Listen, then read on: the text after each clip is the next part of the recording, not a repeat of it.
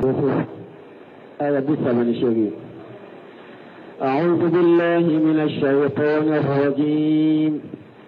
واتبعت ملة آبائي إبراهيم وإسحاق ويعقوب ما كان لنا أن نشرك بالله من شيء ذلك من فضل الله علينا وعلى الناس ولكن أكثر الناس لا يشكرون. بسم الله الرحمن الرحيم، والصلاة والسلام على نبينا محمد وعلى آله وأصحابه وسلم تسليما كثيرا. سبحانك لا علم لنا إلا ما علمتنا إنك أنت العليم الحكيم. أستغفر الله الذي لا إله إلا هو الحي القيوم وأتوب إليه. اللهم انفعنا بما علمتنا وعلمنا ما ينفعنا وزدنا علما. بيا رسول هجريا باكلي أني كمناني أني بناني أني سبا شهر شعبان من هجرة سانكالو سجنا بيسوني ومغنى ميلادي نصاروكا جاتي با فلاني مغني فلا سانكالو سبانا بيسوني ومغني سبانا أمبي دورة مسجد رجاه أمبو كنو. أعوذ بالله من الشيطان الرجيم. واتبعت ملة آبائي إبراهيم وإسحاق ويعقوب إلى آخر الآية. أربي آية وبسما يوسف أكاقيس الله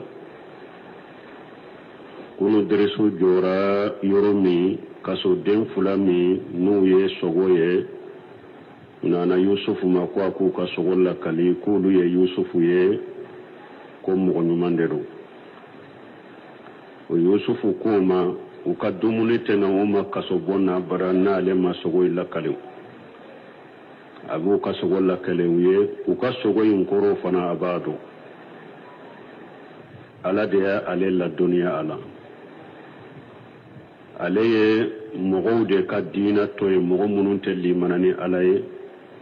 anu kafir lendo ni lagaray ko ale fulan ka fo yado toy ode yato o tawhidi min bale bolo o yenyuma ya minni alela so la kale minni ale ba korodo be sababu ye ode alaye tawhidi min ke aye o ko fe yusufu ko wattaba'atum millatan abaiya إبراهيم وإسحاق ويعقوب. أكون تقران فاو كدينا دكو نفا إبراهيم أني نفا إسحاق أني نفا يعقوب. ما من نية مشركو كسرابرا مدو ولا يرنيو توي نتقرا نفا إبراهيم كدينا كو أني إسحاق أني يعقوب نونم بيتو نيتاوهدي تيجي nunun tunye ala kelempew bato bagade ne tura wulu de ka dina ko ma kana lana an nushrika billahi min shay amanka o awnye ate daga awnye anka foy fara alaka ala ya awn ke tawhidi mogode ate daga awnye anka foy fara alaka zalika min fadlillahi alayna wa ala nas awa tawhidi min fulani nyenni ala ya ke uluye ku ke tawhidi tiguye waya ala ka fasamanta de uluka ani mogo toka mogo ni ala yi ke limana jonye ki ke tawhidi moy ala yi ne makika fasamanta belebele badero ni ala ya kiye tawhidi nyogona fenyumante jinya kono mushrikiya fana nyogona fenjugute jinya kono ako ulunu kafaw unutumbe tawhidi minka kala kelempe bato foi kana fara alaka ko ye alaka fasamanja de uluka ani mogo tobe mogo kera tawhidi tigiye tawhidi min bi bolo alaka fasamanja do ika walakin aksara an-nas la yashkuruna mais mogo caman de be limaniya min b'u la tawhidi nema min b'u kan u t'o dɔn u tɛ ala barika da kan tawhidi ye nema belebeleba de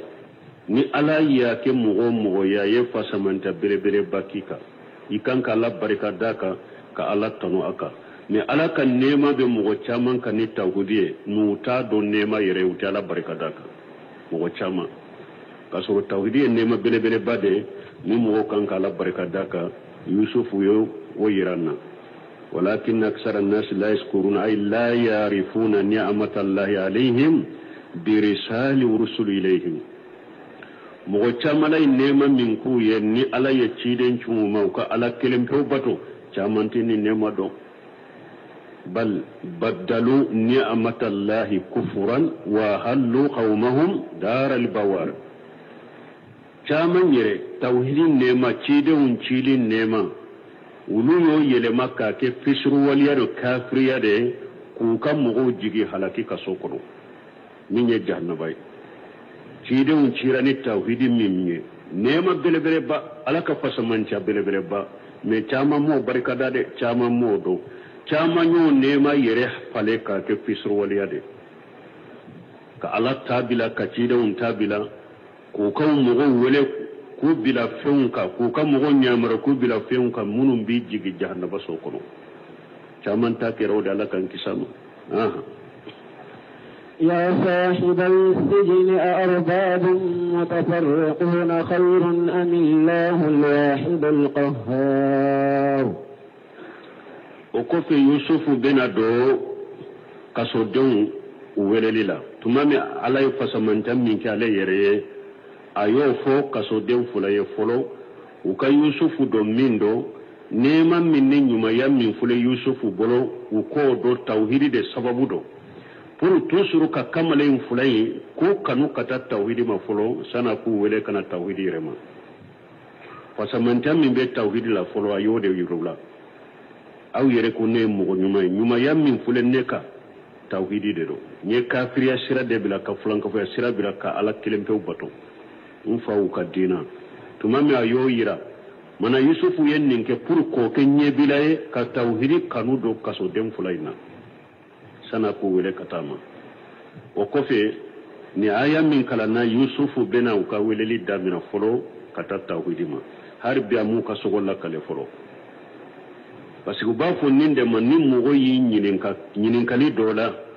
ni fendo be akan nafa be minna katema kan nyininkali ka akan nafa be minna o de fo ayo folo cire nyere yo nyona chamanke dondo la kamalen do nana cire ma ako jiya be wuli wakati juma cire ko eye mun bila jiya wuli nye cire ma jiya wuli wakati fo ayo ako eye mun ke ka jiya wuli ka eye labbe juma ke jiya wuli nye ako ne ma bara chaman bila nye koy membe ala kanu mba cire kanu ala kanu ne ciiden kanu nyo bila jiya wuli nye wa ciiden ko almaru ma man habba ako hada madde ibe mugo min kanu la garaybe farode ka mana ciiden me jiya wuli o nafaka dogoy ka min nafa be e ka labbe ki labbe jiya wuli nye ciiden yo de foy bo yusufu fana tuma min nunu nya nyinin ka sogo korola ayado fembe folo min ka gele min haminendo kateme sogo koroyin foli ka min ye tawhidi aya damino la folo ko nyafu ye folo o ko fa nanu sogo la kali ako ya sahibiya sijini akunto nyogo fulami ni nawbe kasola ya bawu nyininka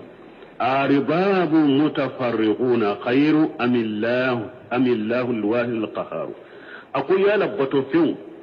bato fen munu farafara min bato fen kelewunte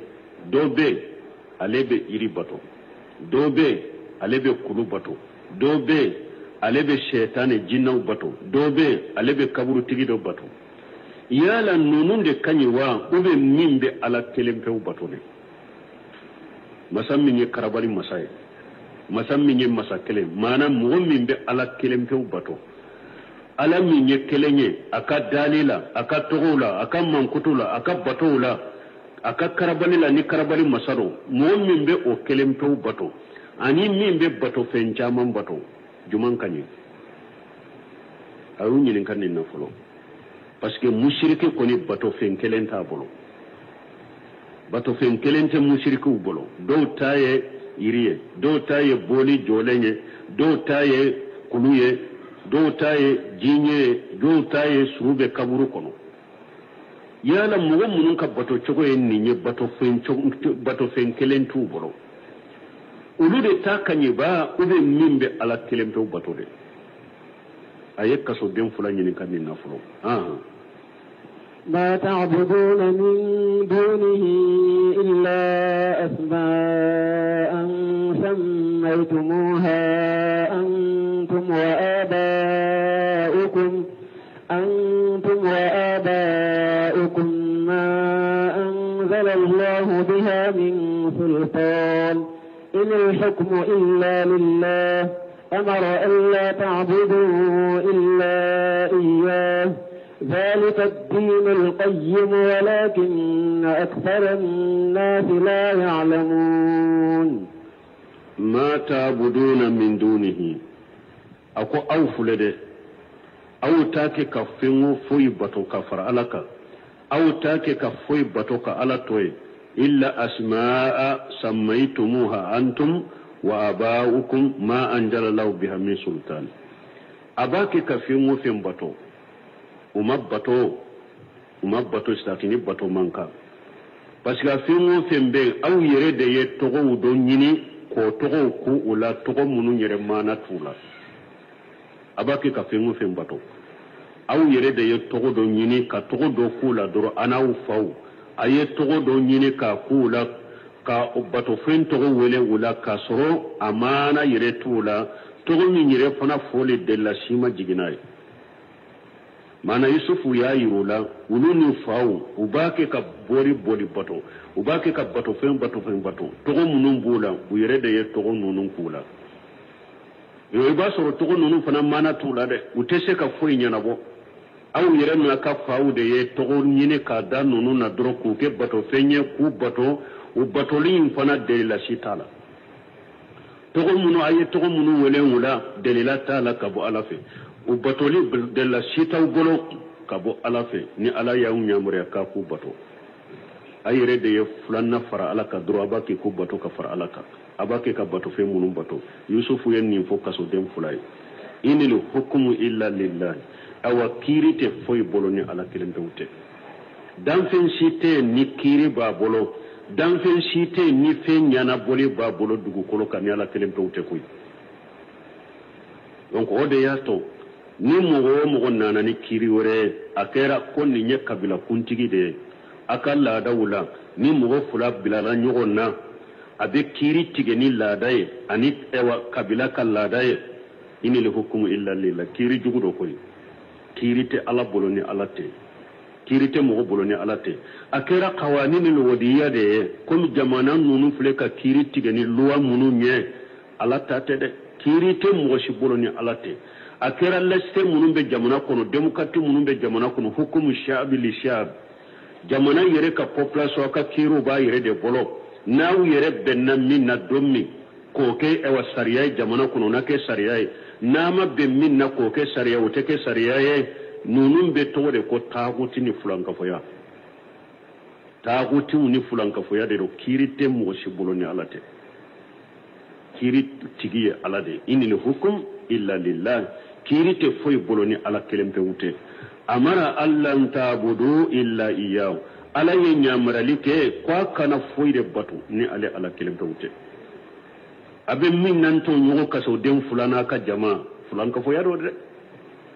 ala ma nya marani foy fo kala kelempe wute batu zalika dinul qayyim ala kelempe batoli wode dinatile lenya koy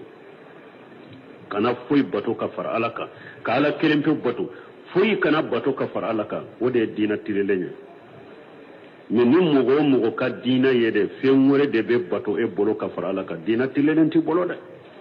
ibe dina min ka ibe dina jenganen ka ibe galonka walakin aksara an-nas la ya'lamun mi hada maden chaman te fende do hada maden chama be jian kono te fendo de wode yato akacha qur'ana kono ni ala be chayali fo aba ko ni lagosili de ko caman be ninde ka jamana fan caman be ninde kan balmo o te delila koy afule ya walakin aksara nas la ya'lamun ala ko mugo caman te fendo mbali de kacca jiya kono kateme femdo bagawye mugo munu fana be tinya ka jiya kono ulu de kadogo kateme mugo ka munu be galonka ka caya ulu de kacca jiya kono wori ato aya wele kuna la ko ma aksaru nas walau harasta bimu'minina wodi ato ala ko kidemma ako mugo caman make mu'mini hari ni e kortola ya karu ko mugo caman kake mu'mini mugo caman take mu'mini de bun kasiro de foni ayat tafsira ko ay fali haja kana aksaruhum mushrikina ninde koso ni mugo caman te fendo de wodi yato mugo caman kera mushrike jiya mugo caman te fendo mbali de kacha jiya kono kateme fendo bagauka wodi ya to mushriki chayara dugu koloka ala ko chide me hari ni e ya kanu mugo ka ke chaman ke ka mu'miniye mugo chaman te ke mu'miniye de wala mugo shi kana dalilata ni chayali an yode fo al haqq la yurafu bi rijal inma yurafu rijal bil haqq chinyate doni chewu yede chewu de be doni chinyaye ko mugo caman be ninde ka wote ko ke cinyaye koy delila be ninde ma karasallan kaw be min ka della bodela cewu de be doni cinyaye me cinyate doni ni cewu yere wa in tuti aksara man fil ard yudilluka an sabilillah in yatabi'una illa janna wa in hum illa yaghrusuna ala yere kunni tugura dugu kolo mugo fan caman ko ku rifile ka bola kasiramo wute foyla u kabatola ni bisigiyate wute foyla ni galontigete aw an ka jamana fana ko ku ka dina ka delila ni dina ka huja uta ko karamo chama yen ndefo bo karamo chama min fana do karamo nyuno tede karamo munun temate de jamana ka karamo munun be sisa munun be ko dila ko be population ni ndigoma ko do chama yen ndefo fo kata jewlo tesika ke delayde o tesika ke delay hari jama min fora nu farala nyogon ka fara nyogon ka bisika ke delelai oye shebaude ani tabinau nin jama kulu saba ni ulu farala min ka ode be ke delelai dinala me jinya ka jama laba munu fuleni nye mugo kai ina mankana kera mugo sugu na ye kuma min fo aka kuma abe pese qur'ana ni sunna dema ani sarafu ka tabulo na ka kuma ni qur'ana ni sunna ni salafu ka famu ya nyogonta amba atata chinyado ambe barate nai ni ayi minfo ani qur'ana ni sunna ni salafu ka famu ma nyogonta amba ta sagama akera mo sugo so kala na chogo te chinyaka donc nin ka famu ko jamana ka karamo chama ninde fo jamana ka karamo chama ben ninde ka ote ko ke delila ide ote ko sabati ko dina de ko sariya de koy abe pese qur'ana ni sunna de ma wa fahmi salafu salih amba pese qur'ana ni sunna de ma ani salafu ka famu ni jamana ka karamo ye munun fo oni ni sabaye nyogonta alhamdulillah o yedde lambe barake nay ni jamana ka karamo chaman be tara fankele o yemmin fo mo kele be jamana kono mo fula be jamana kono yemmin fo wode be qur'ana ni sunna ni salafu ka famu ka mo fula yi mo kele inta de tiyan a tombe katawla a tombe be katawla fonko famu dina la de يا صاحب السجن أما أحدكما فيسقي ربه خمرا وأما الآخر فيصلب فتأكل الطير من رأسه قضي الأمر الذي فيه تستفتيان. تمام يوسف وكسو دم فلاي أيو ولي عبد الرحمن الصادق أبسكاكي كسو دم فلاي أجابو وسلامي راوية توحيدتا abeseka kefana aleyu wajude mumaso umatauhidin ta huja joruka ala de bodo ala mo prepare latigani abeseka ke islamiyara yusufu ye baraji soro nuka islamiyai uyere baraji soro abeseka ke umma islamiya yere ne yusufu yukawoleli min ke ka tawhidu fuye huja joruka parce que hada maden kan ni fana famu i ka woleli ni ka wajuru la kana jate mina ko ibe kuma fula de ni mugo mugala ta ye minye ciden ta ye minye eyo fo ni minya ta ka barake naye abe baraji mi soro ni duskun kala silendo ala ba nyuna sabiye ni mugo minyi ka kuma me ala ta fo ye ciden ta fo ama soka ke ama amina ka kuma mata fula koy huja jora tigi ka qiyama kuma ta tigi bolo lagra huja jora ka mana ni hada maden ko ni yecinya fo amina nawo ama minawo ka kuma do yorobala ka kuma mata fu nafa bala parce que na tigi yata o nafa doneno na tigi mata huja jora aleka alaka wajibi do bi ka bo yereka yusufu tuman wajili banna ko ya sahibayya sijini akunto nyugo fulak kaso dew amma ahadukuma aw dola kele amaso ku togo kere ya kufo parce que sogo la kalilila do ka sogo be o koromani na ya tigi togo fo ka sogo illa kale aye awa o be kama de ko bele bay akwa kaso den fulaw akwa dola kele fa yashghi rabbahu khamra ebe bo kasola nyinye sugoye konni sugora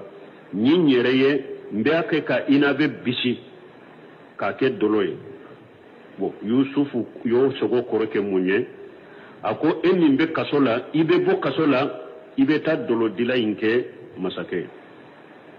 ibe sagi katika dolo dila ina emi nyi yereye koye bake ka inabe bisi ka dolo voila ka ke dolo ebe bo kasola ebe taika dolo dila inke masake wa mali akharu amma to kelendum fa yuslab o be fagani afagara fana tedo har kaburu kono ha o ba su pani ka asu siri iri de la fata akulu tayru mirasihi akunkolo fara akunkolo sogo akunkolo sembe kono de bodu ale be faga yusufu yo o ka sogo kore munye nin ka sogo kore ninye nin ko ale ya yere sogo la ko de wa buru minan bale kunna ko kono bake ka buru indu ka to ale kunna yusufu ye buru inke akunkolo fara na akunkolo sembe de akoy be faga ni faga ite do kaburu fana kono de ite sutura ka do kaburu kono de ubi pani de kishiri de iriu de la kono de bena yisu ki kunkolo sogi i kunkolo sembe ani kunkolo sogo na fara ko du kono de bi sudu ite do hari kaburu kono tumami yusufu yenni fo aya fo ka daka fana kuma wereta la fana ha nye sogo nunun korofo chogo me nunun beke nin chogo de la ko banna pew ako qudiya li amru alladhi fihi tastaftiyani awa ko banna fana de afule yin ka ko minna abanna pew nye nunun fo chogo mi ubeke nin chogo de la sanse sogo tu la fana ko banna pew donc yusufu ya aye sogo fana ke fatawade ja hada made nu yin ka sogo la ite sogo mindo kana korofo koy parce que fule ka yin ka de sogo be ko min dina yin ka de wodi ato ko uriya li amra alladhi fihi tastaftiyani sogo la kale fana fatawade de fatawa fana imamuna maliki yode ko fo ako ni yin kara keso na yin kana yin kalila sani ka jabi abe ko mi yere ki yere jate jahannaba ni arjanna ce ni yin kalif fo sire ba jabi akoy yere jate mina jahannaba ni arjanna ce de ni ya ke kanye ya jabi kanya ina tare janna iya jabi ka juguya ibeta jahannaba donc sogote ko ewa ko sempulu tere ni mo mi nyin ngai te min korodo ka koro ke fenya korote minye ire koro sama nyin kalide do fatawa de do de wodi atu yusufu ko aw fula yen nyin kan minna abanna ko be ken nin jogo de la وقال للذي ظن أنه ناج منهم اذكرني عند ربك فأنساه الشيطان ذكر ربه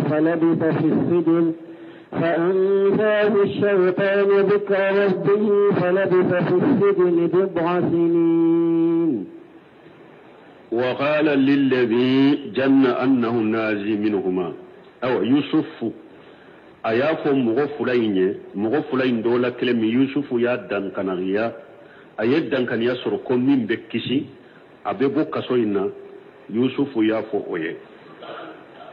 أذكرني عند ربك تفسير كلام كوابا فواي أيافو دوغدلا توسر مين بفقا ni ayafo onyana ayafo ninye onyana kon ko fo masake o kana miri ko fagali mbale de katusu yusufu dankan yara min be kisi no be bo kasona yusufu ya afo oye akele no kele gundola doy mabwa kalama ako o ayafo ye azkuruni inda rabbika akonni taraika masake ka yorola nko fo ye nka ibinka ko fo ye ulu ba fo masake de ma ube i matigi i marabaga uba fo ama ko itigi ulu tumbo fo a dankanera min be kisi akonni tara masake fe nka ko fo yede ka fo mugo dobe kasola atonyolendo de ibin ko fo aye la Allah mpana be se ka boda soro ka bo chogomi ibin ni fo aye hada maden ni be degula ka sababu dagale unke sababu munun be to ni be bo degula o tayira ko imadda alalawo ka sababu dagale nke min be bo degula o tayira ko dalente alala yusufu fule ko odeke abe kasola atonyolende do abake ka sababu dagale unke sababu munun ba to na be se ka bo kasola akoni tara masakei fe afwa ye kinka ko fwa ye ko mugo dobo kasola ko atonyolendo de aw kamale mbole kata fansahu shaytan zikra rabbih shaytane ye kamale nyina ka yusufu ka kibariya fo aka masake do ya tawsirin togola do ko fansahu shaytanu zikra rabbih shaytane ye kamale nyina atigi ala ko suma ninyi masabanyire atigi ala ko suma shaytane ya nyino oko fo anana nyina yusufu fana kachiko aya nyina ala ka ko suma yire de la pion fo ka nyina yusufu fana ka kibariya ina anana masake fa nyina na mafo falabisa fi sijni bid'a sinina aw yusufu yasanjatu ke kasola tawsile klan doko ko sangolon fula ne bunkasir be munun fo ka tawsire kono ako doko santani fula ako doko santani nani ko ayo ke kasola وقال الملك إني أرى 7 بقرات ثمان يأكلهن 7 عجاف وسبع سنبلات خضر وأخرى يابسات يا أيها الملأ أفتوني في رؤياي إن كنتم للرؤيا تعبرون. هذه رؤيا من ملك مصر مما قدر الله تعالى أنها كانت سببا لخروج يوسف عليه السلام من السجن. نين شو من فلان مصر كم مسكبا على بافك هنا يوسف لا كسبب دوناتي سبب من بيتو يوسف بيبو كسولا مصر كم مسكبا يارو يوسف أتومبي منشري دي بولو masake banyire de nana sogo shigo dola sisa ka jamana ka doni ke baga be fara nyogon ka ku nyinin ka sogo yin korola u desera umato dese na fana u sogo yin ke sogo nyagam bilenye bon ni sogo la kalere de fula kana ke sababu ye ka yusufu bo kasola ka bonya dama ka karama dama misra yere mara dama aw وقال الملك مسككو مصر كم مسكبا إني أرى 7 بقرات الشمال أي جمع فرانيون كدوني كبغاو وأكون ني سغورا ني مشي ولون فلاي وتيلولندو كوسوبي مشي ولون فلا ني أولوية وتيلولندو يأكلهن سبع إجاف من يمشي ولون فلا من تلولندو يمشي ولون فلا وريه ولو فصله من مشي ولون فلا من فصلندو ولو باكي كم مشي ولون فلا من تلولندو باكي فودو مشي ولون فلا فصلندو ولو دي باكي كم مشي ولون فلا تلولندو نيوه وسبع سنبلاتي وسبع سنبلات قدري أو نينيو تيساولون فلايه ولو فنا كنيدو وأخرى يابسات نيو تيساولون فلاوره نيو ولو فنايه ولو جالي مانا كمان دا نينيو مني نيو تيسا منون ولون فلا منون فنا نو كني وكاكني وبينكلي مندو كوسوبي نيو تيساولون فلايه فنا بكار ewa munun jalendo ubake kanne tisa munun kene malendo ubake kuludo nyo fanaye ya ayyuhal malaw nka jamaka mugo korotale nka jamaka mugo munun ye doni ke bagawiye nka jamaka mugo munun ye hakilimawiye aftuni fi uriyaya in kuntum li uriya taburuna nabe sogo korodo nka sogo min fuleni nye ayen kunna foni ala anyo de fo anko sogo ye doni de yusufu ko afula ka sogo banna afula yini ka minna nin fana ko ayin kunna fone ayi fatawa kenye tin kunna fone aka ni sogo aka korofonye jamaka mu kortalew jamaka hakilimaw jamaka doni ke bagaw awanne ye ni sogo ye aya korofonye de nabe sogo ko ni korofo nabe sogo korodo awanne ka sigo fula ya korofonye قالوا أضغاث أحلام وما نحن بتأويل الأحلام بعالمين قالوا مسكك مغو كرتاليو مغو حكلمو دونك باو وكو أضغاث أحلامي وكو يكا سوغو من فلان يني سوغو ينيغان بلندو سوغو من بيبو شيطان فيري وسوغو دي فلان يني parce que derisu daminato nyafo nko sogo ye qualité sabare sogo nyuma obebo alafe sogo do be ali hulum mina shaytan obebe shaytan fe ani hadisi nafsi o konni nye shaytan sogo inde sogo min be bo shaytan fe de na nyaga milendo korotala de e ka sogo nyu ode o mana hanu bitawil al ahlam bi alimina e wa shaytan sogo kona sogo nyaga milanto korodo de وينين فند فم سكين عبد الرحمن الصادق فجمعوا بين الجهل والججم بانها ادقاس احلام اكون نونو فلك قدمدو دي فرانيونكا فلو جاهلو دي مام يوا مسكيكا سوغو كورودو جاهليا بولا ما بسكا مسكيكا سوغو كورودو كله فلنا ودانتيرا كا فنا كاكا سوغو كي شيطان سوغو ني سوغو نيغامبيلين سبنا والإنجاب بالنفس بحيث إنهم لم يقولوا لا نعلم تاويلها وهذا من الأمور التي لا تنبغي لأهل الدين والحجاب أقول فلك قوم نفر نيونك أمانك دونك بغا ننكو كسوري بلو أمانك حكي من ننكو كسوري بلو جاهلية وسبتراء أولا كلي فلنا usa udantigera ka ko kam masake ka sogo ke sogo nyagamile ka ke setane sogo sabana ukabana uyerela umafo anta korodo uko ante sogo nyagamile nde korodo me umafo ante ni sogo korodo uko ante sogo nyagamile korodo donc ma manka ninke hakili manka ninke hada maden nibe mindo ofo nite mindo afo labiri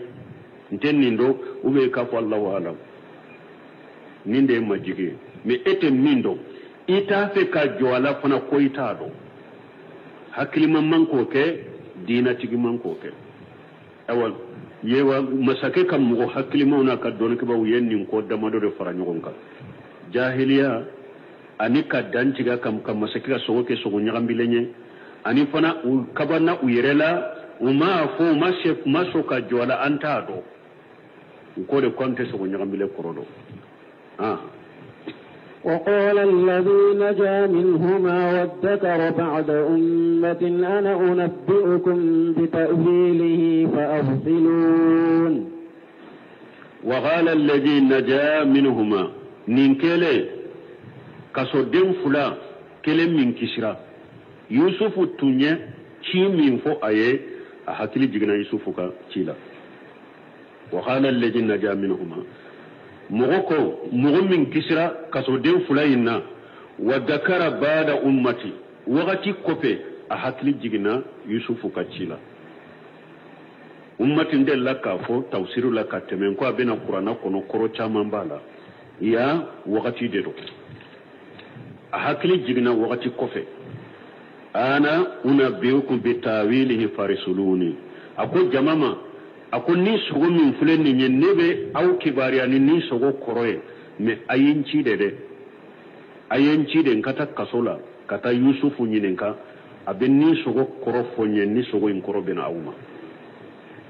ayen fo yusufu bo sababu kasola bena bon nindela يوسف أيها الصديق أفتنا في 7 بقرات ثمان يأكلهن 7 عجاف وسبع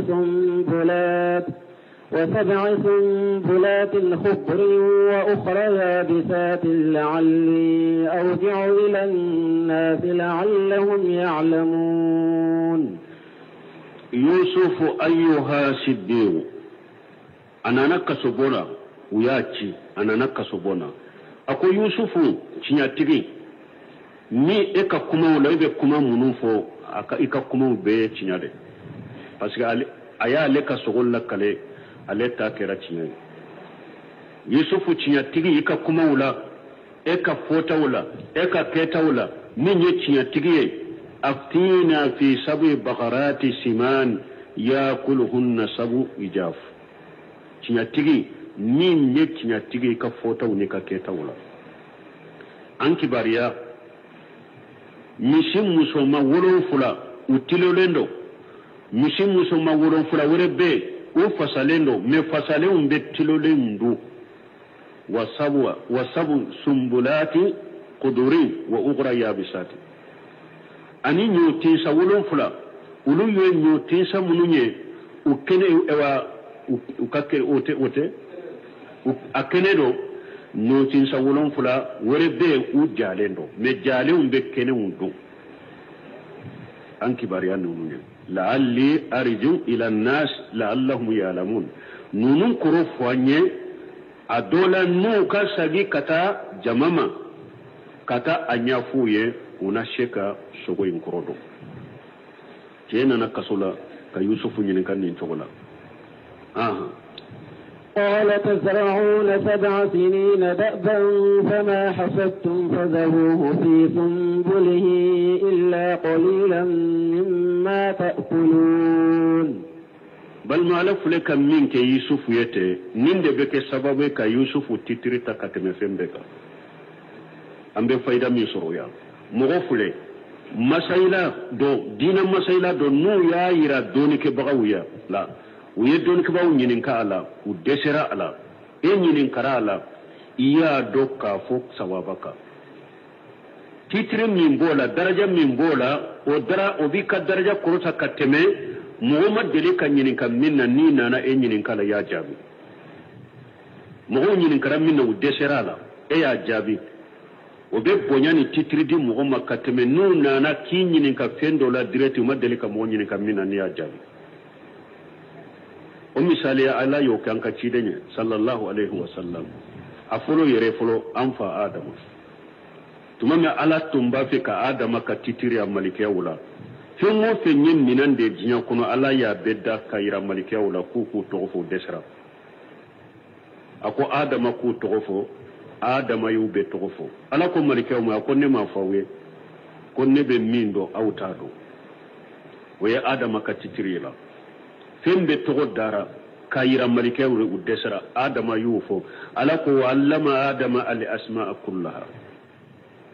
adama yufo oye adama titrira malika ucelai anka ciden fana min ya qiyama kene samba bi duru namba ke jolila ni ewa qiyama mogo be konona filela be degura o b'a fɔ an ka mogo ɲini a ka ala delanya ala ka kiru tige be kita yɔrɔ dɔ an ka lafiya ka bɔ qiyama joli ma bebe be ala an be mogo juman sɔrɔ min be nin kɛ bi an be fa ye adama de an ka taa fa adama fɛ a ka ala delanya an be taa fa adama fɛ a b'a fɔ ale tɛ se a ye taa nuha fɛ ale de ciden fɔlɔ ye an be taa nuha fɛ a b'a fɔ ale tɛ se a ye taa ibrahima fɛ ala teri don an be taa ibrahima fɔ a b'a fɔ ale tɛ se a ye taa musa fɛ an be taa musa fɛ a b'a fɔ ale tɛ se a ye taa isa fɛ an be taa isa fɛ a b'a fɔ ale tɛ se an bena ciden ma sallallahu alaihi wasallam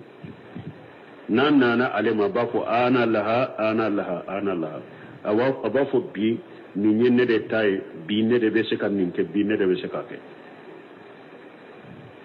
bon min ye kiyama mɔgɔw fana an ye an ka ko yira ulul ajmi ninnu de la adama sentu la a si ma se k'a kɛ ciden de b'a kɛ o fana bɛ ciden ka bonya n'a ka kɔrɔta n'a ka titiri ra kiyama kɛnɛ mɔgɔ bɛɛ kan bon yusufu fana la fule ko de kɛ yan tuma min jamana ka dɔɔni kibagaw n'a ka hakilimaw ɲininkara sogo kɔrɔ la u dɛsɛra yusufu ɲininkara la yusufu y'a jaabi kala yusufu ko a b'a kɛ ka kamale sogo lakalen fɔ kamale an bɛ nafa juman sɔrɔ yan fana yusufu ka jogo ɲuman kamale nalen k'a ɲininka yusufu m'a fɔ bɔnkɔrɔ n t'i jaabi ne y'i ci ye ne ka ci lase wa o ma fɔ a ma dimi a kɔrɔ k'a fɔ ne y'i ci e ma ne ka ci lajɛ e ɲinana ne kɔ ne t'i ka sogo kɔrɔ fɔ ayi yusufu m'o fɔ a ma sara ɲina fɛ fana ne y'i ci i ma sɔn ne t'i ka sogo n tɛ nin jaabi dɛ n'i ma sara de dɛ i bɛ dɔ de kɛ mɛnɛ sinon ne t'i jaabi nin si ma fɔ a ma jalaki a ma sara ɲina fɛ nin bɛɛ y'a ka jogo ɲumanya yira nin bɛɛ y'a yira dɔɔnikɛbaga fana i ka ninnu de ladɛgɛ i ka yusufu ninnu ladɛgɛ yan i jogo ka kɛ jogo ɲuman ye ɲininkali n'i b'a dɔn i y'a dɔn a jaabi tɛ kɛ fitina ni balawu ni fɛn ye i ka dɔɔni bɛ min na i k'a fɔ ka mɔgɔw nafa n'a ye k'a kɛ mɔgɔ min b'i bonya n b'o de ka ɲininkali jaabi ou bien mɔgɔ min bɛ ɲuman kɛ ne n b'o de ka ɲininkali jaabi mɔgɔ min ma ko tɛ n bolo a ti n bonya n t'o jaabi o tɛ diina yɛrɛ dɔɔnikɛbaga ni diina mɔgɔ kɔni bɛɛ de ta ye o yusufu filɛ k'o de yira n na yan a ma jalaki a m'a fɔ n t'i ka sogo lakali ni min sara foyi ma fɔ qala yusufu ko tazrawuna sab'an sinina daban a ko a bɛna san 7 aw bɛna o sɛnɛ o san 7 in bɛ tugulen bɛ ɲɔgɔn na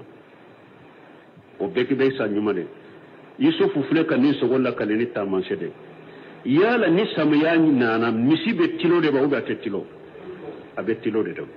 ni samiya ɲana ɲɔtinsanw kɛnɛma de bɛ to ou bien kɛnɛma tɛ to kɛnɛma de bɛ to donc min ye ewa misi tilole 7 in ye ani ɲɔtinsan kɛnɛ 7 yusufu y'olu jate ta de a y'o taamasɛ ta de a bɛ san 7 sɛnɛ o san 7 in bɛ kɛ san ɲanama de ye sanw bɛ ɲa o san in kɔnɔ balo de bɛ sɔrɔ balo caman bɛ sɔrɔ ɲɔw bɛ ɲa dɛ parce que ni samaya bɛ ɲa quoi san 7 b'u sɛnɛ k'u tugu ɲɔgɔn na o san 7 in bɛɛ samaya bɛ ɲa parce que ni samaya ɲana dɔrɔn misi bɛ tilo ni samaya ɲana dɔrɔn ɲɛtunsanw kɛnɛ de bɛ tɔ fo ka t'u tigɛ a ye san 7 ɲanama in ta ninnu na a bɛ san 7 kɛ k'u sɛnɛ k'u tugu ɲɔgɔn na o bɛɛ samaya bɛ ɲa fama hasaditum o san 7 min n'a b'u sɛnɛ n'u k'u tugu ɲɔgɔn na ni samaya bɛ ɲa u kɔnɔ n'a ye ɲɔ min ni balo min tigɛ o san 7 la fajaruhu fi sumbulihi a ye ɲɔ in to a tinsan de la a kana san 7 in ka ɲɔ bɛɛ gosi kana lasago dɛ a y'a to a tinsan na illa qalila mimma ta'kuluna fo aw mako bɛ hakɛ min na a dunta a bɛ se k'o gosi k'o bɔ tinsan na k'o kisɛ mara mais a ka dumuni tɛ se fɛn o fɛn na a y'o to a ka tinsan kɔnɔ a k'a n'a ka tinsan mara mun na dɔnkibaw ko ni ɲɔ fana n'i y'a mara a n'a tinsan ko tiɲɛli fɛn t'a sɔrɔ o de la tinyali fenta fenyana ma min be do nyo kono ka tinya ate do kono na ba tinsana ate do kono awo ko vitamine min kan ka soro o balo ina o nyo ina na ba ka tinsan kono ka vitamine dafalen de beto ala me ni ya la sago doro ka akise de to nyon ka la sago doro tinyali fembe se ka do ala ka tinya awa ka vitamine be se ka nagasi na mena ema ina don mena ube tolira kasabe boa o fana dona ubolo ni ba fe nyo kame ato akati sana wodi ato haranka folomo u kan nyo min ni ba fe kamin ke shiye ko fo sangure no ba ado a chama uba le shiri ka diro anati nta fokata sanyele ma ba chokola to akonni sangulon fulata nyo tigera aya beto tinsana aka ni tinsan mara abe hakeni min dudoro abo gosi abo kisebo abo du ثم يأتي من بعد ذلك 7 شداد يأكلن ما قدمتم لهن إلا قليلا مما تحصنون أو يوسف أيه مشي فصل ولون فلاي أني نوتينسا منون جالندو أيه أولوكي sangulon fula do de bena o sangulon fula infana samaya tenya dugu kolo be ja o de la seneke fensi tenya mana ni sangulon fula nyuma in kofe sangulon fula wore bena o sangulon fula imbe tugu nyona samaya tenya summa yati min ba'di jalika sabun shidadu akon ni sangulon fula nyuma min tugu lembe ninna ni nunun temena sangulon fula wore bena shidadun uluka gelede sangulon fula wore bena tugu sangulon fula nyuma inna o sangulon fula min bena tugu sangulon fula nyuma inna uluka gele kosobe ulu sawun be gele ya kosobe seneke fentenya ulu de misi fasale wolon fula yinye ulu de nyotin sa jalen fula yinye parce que ni samaya fana manye misu be fasale ni samaya manye dro misu be fasale ni samaya manye dron nyo be jare wala nyo tunsa jalew ani misi fasalew ulu de sangulon fula mini samaya tenya sangulon fula wore ben ulu be gelede ya akuluna ma qaddamtum lahunna aw o sangulon fula gelema munun fula ni nyede sangulon fula nyuma munun temena ayo ulu ka balo mi la sagode o de be du sangulon fula gelema unna ninde togoye comme misi fasale unye misi nugule yundu nyo tinse fasale unye nyo tinse kelema udu mana sangulon fula juguma sangulon fula nyuma inde ka balo be du okono abe du sangulon fula ewa gelema inde kono illa qalila mimma tuhsinuna sangulon fula gelema inna aye milla sago sangulon fula nyuma inna abo ode du sangulon fula munun ka gele aba bedu sangulon fula nyuma ifengo fella sagola abebedu sangulon fula gelemauna abebedu fo abe hakene min bila ko la sago ko komanta ko mo kano do puru ka ke sinye ni ote ko ni sangulon fula nyuma ifengo fella sagola sangulon fula jugo abebedu akono fo yere yemin la sago ko to yere ko ke sinye de sangore de sino abebedu akono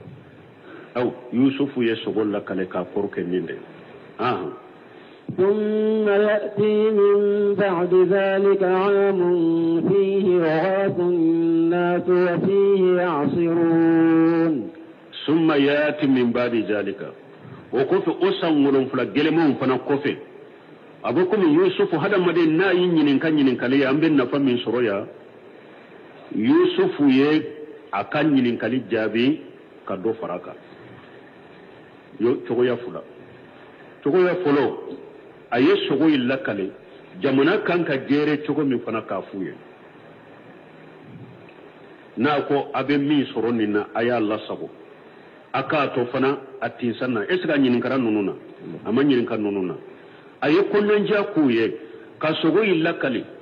ni sogo illa kale ni sogo in koro fana nana jamana kan ka jere togo mi kan ka kella halamina ka be fuye kasabe kafu ya fana sangulu wolon fulan mini sangelema wolon fulan minun bena nuru fana temena summa yati min bari zalika amu sambene o fana kofe fihi yukhasu nasu o sai mo be sanje chaman sorola wa fihi yasiruna o sai iri dawum benye ube iri dawum bisi ka ji chaman de bo iri dawna ayuka sogolla kale ka do faraka sangulo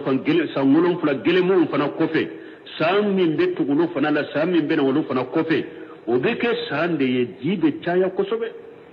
sanji be chaya kosobe iri dawum be nya kosobe mogo be iri dawum bisi ka ji chaman de bo iri dawum min be ke iri den jimu nu bumi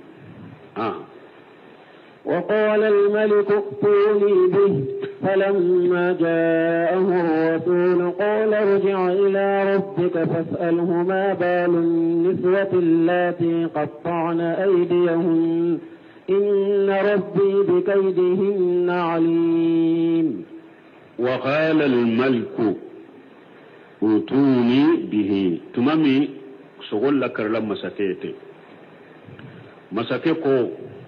akon min yennin sogo illa kale ayetan nin no fi akan natin fe ayetan ni minakala ayetan ni wele kana ko kata yusuf wele falamma jaahu rasul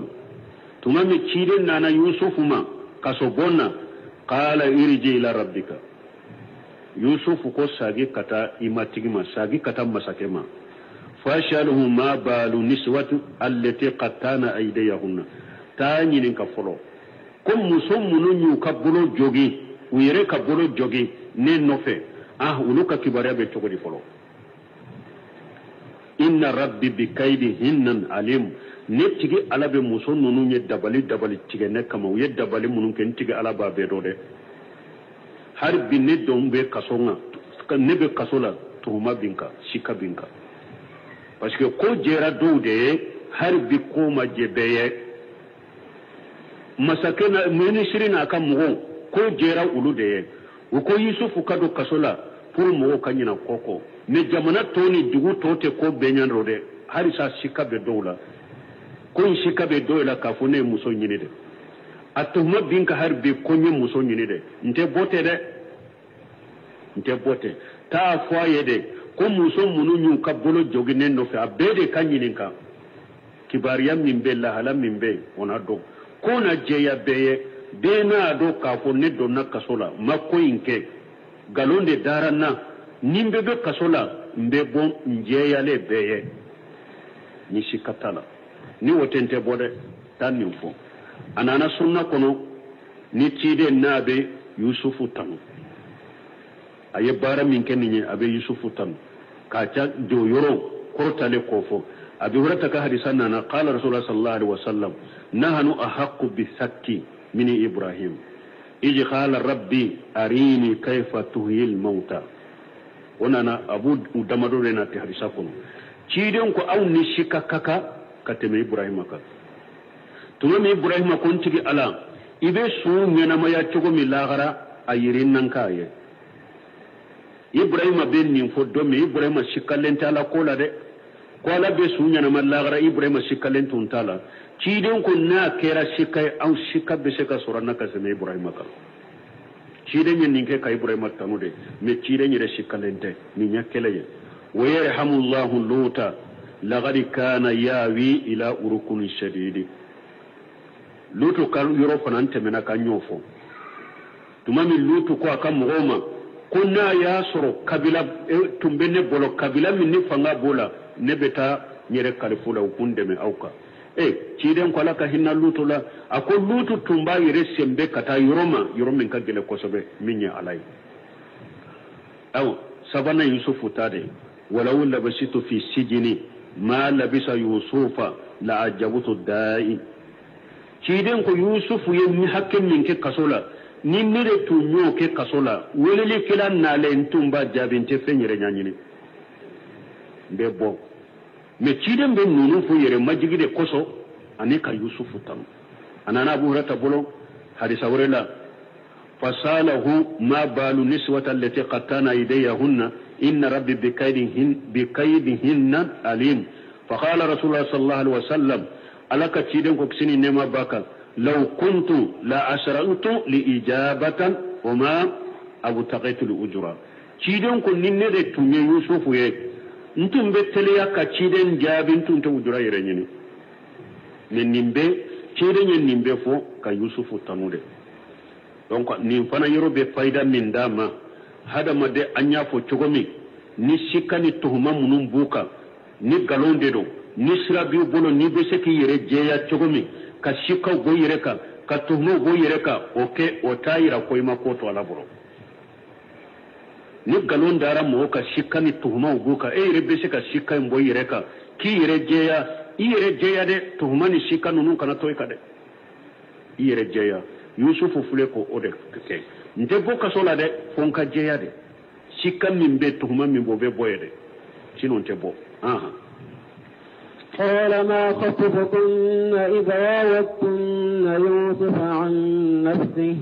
قلنا حاش لله ما علمنا عليه من سوء قالت امرأة العزيز الآن حصحص الحق أنا راودته عن نفسه وإنه لمن الصادقين تمام النكرة مساكي مسوم بفرنجونك قال ما كتبكن إذ أراودتن يوسف نفسه بو أكون مسوم أو فنك كبرياء جمعي تمام أي يوسف نيني كتا أو يرما مسوم بفرنجونك ده من لا نيني بمنسيري كمسوم دكا أي ربنا كوفو فنا من مساكي نيني كاليك بروبالي ده أي مسوم بفرنجونك منو يو بولو جوغي أنوفي ani ministre ka musobe abebe wa ko muso aw fana ka kibariya ye jumaye tumame aye yusufu nyini kata wirema qulna hasa lillahi muso beko a'udhu billahi ma'ajallahi anko hasa lillahi ma'ajallahi muso ko a'udhu billahi ambe tanga nyini ni alaye ma alimuna alayhi min su'i ante ko jugudo yusufu ye ante ko jugudo ala ante foy do yusufula ante ko jugu do ala nin kele tumami muso jama to yen nin fo ko tigi yere be na kuma te muso jama kulu to kaw kuma be ministre muso de ka nin kele tumami dugu muso ko ma baw ni miwa ewa famala mo to ka muso munu yu boro jogi o ko ante ko jugu do yusufu yede ante ko jugu do ala qalat imratu al aziz أو منسري نيركا مسوين كوشيسا الآن حسا لحقو أكوشيسا تنيا كوني بلالا كنكا أكوشيسا كوني تنيا دارا كنكا تنيا بلالا كنكا أنا أراودته عن نفسه ندى يوسف نينكوي ندى يوسف نيني أيرلا كان نيرما وإنه لمن الصادقين دبي كوين دامنا نفوبي يوسف يكما فابتنا galon kelente suku ka kuma wala de ne yere de ya nyimi kana nyirema depuis ko indamina bi kata damina fo bi yusufu ya kuma fo abetinya tinya bila la kene kade aminyi ni koy ne de ya nyini awa aka kuma betinya yusufu ya kuma fo abetinya ذلك ليعلم أني لم أخنه بالغيب وأن الله لا يهدي كيد الخائنين ذلك musoyin nin kuma min fo hara le yere ce sigilendo parce que masake be de faranyo ka aw muso ko nyen nin kede ka fo nye isufu nyini ale man ne nyini aye kuma fo abecinya nyen nin kede liyalama purun ceyin ka do ministrin ka do anni lam aqulhu bil qayb akado ko dogoda ma jamfade mana ko nyere makede nyinini ko ni kera ma makede nyinnin kede ka joala ka fu nya nyini nyenni fo kene kare be ka do purun ce fana ka do ka fu jamfai ma jamfan ko nyere make ko masema pour anodo nin joran minna nyode be nya nyini ko ni ne koy makede ama semma je nyonya make wa anna allaha la yahdi kayda al kha'inina awa nyennin kede fana ka ko bangete konde ya nyini ama nyini parce que nin tora aka dogote nye jamfanke ala fana te jamfanti ka fere ni dabali ala to o kanda de jamfanti ala ti kanda ala ti deme de wodi ya to ko kera chugumi nya be je ya sisa ka be fo nche ka do ma jamba dogola ma jamfa koy make nyini ni kera de na ma jenno fe de nche ko do ka o ka je ya ye ama jenno fe kele fulana nye ko fo nye makka jonko ala ko sisa ka tinya fo de parce que nin tora ka dogo jamfan de do ala te jamfanti fana ka fere na ka dabali kanda wode ya to nye ko bange ewa yede yusufu nyini amin nyini aye fenwo fenfo depuis kon damina fo sisa abe tinya nin faraka ni nye kuma intafale obe har ni e makala o ma ubarri'u nafsi mais tuma mi muso nyen fo ko akonte se ka nyere bariya ko mako jugo fana kede parce que nyen nyini ni minke ko jugo de do nye dabali munun tige yusufu kama ko jugo de do nye yusufu kanuni minke ndu sukun kono ko jugo de do ntin nim bariya ko mako jugo fana kede nko bele bainde make mi nye ka jenno fe wode make men tinyere jeya ko ma junugo fana ke mako jugo kede ntinyere bariya ka boma parce que nya nyini nye dabali utige abese ka semma chogomi nya kanun du sukun kono ndese ke nyere bariya ka bulu fana mare inna nafsi la amaratu bisui parce que nim fana fule abe mugo nya mara kibla ko jugo de la nimbe mugo nya mara kibla ko jugo de la illa ma rahima rabbi funnin tigi ala yere hinana mugo min ntigi ala yere na hinana mugo minna abe ekisi inni tinya mariya kibla ko jugula sino nin koni fanan natrina dan cugo da bi nyamra kibla ko jugula fonni ala hinana mugo minna inna rabbi ghafurur rahim ntigi ala don sutura bagade don nabi sutura ka junubula ka ya faima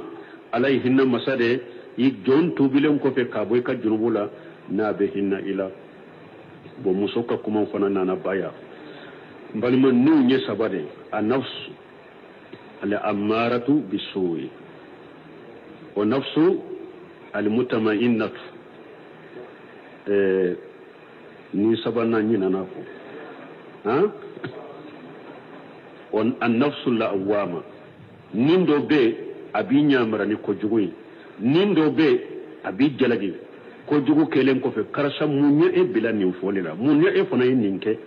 wa nafsu al-mutma'innatu ani nimmi sabatilendo amma fantilendo ni ala koy subhanaka allahumma rabbana bihamdika ashhadu an la ilaha illa anta astaghfiruka wa atubu ilayk